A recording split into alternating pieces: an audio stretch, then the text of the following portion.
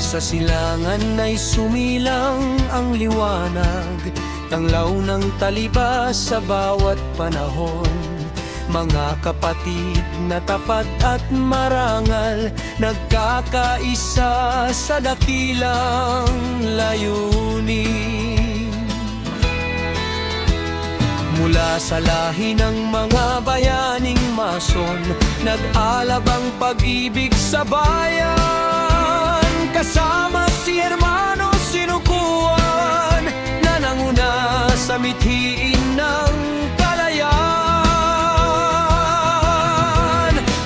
Respetable Lohia Taliban numero 10, bantay ng dangal at katotohanan.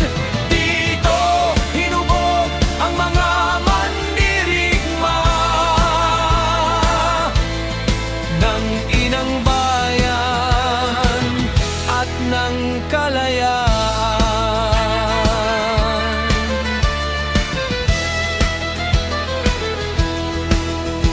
Sa puso ng bawat tunay na kapatid, nananahan ang lakas ng pagkakaisa, mga aral ng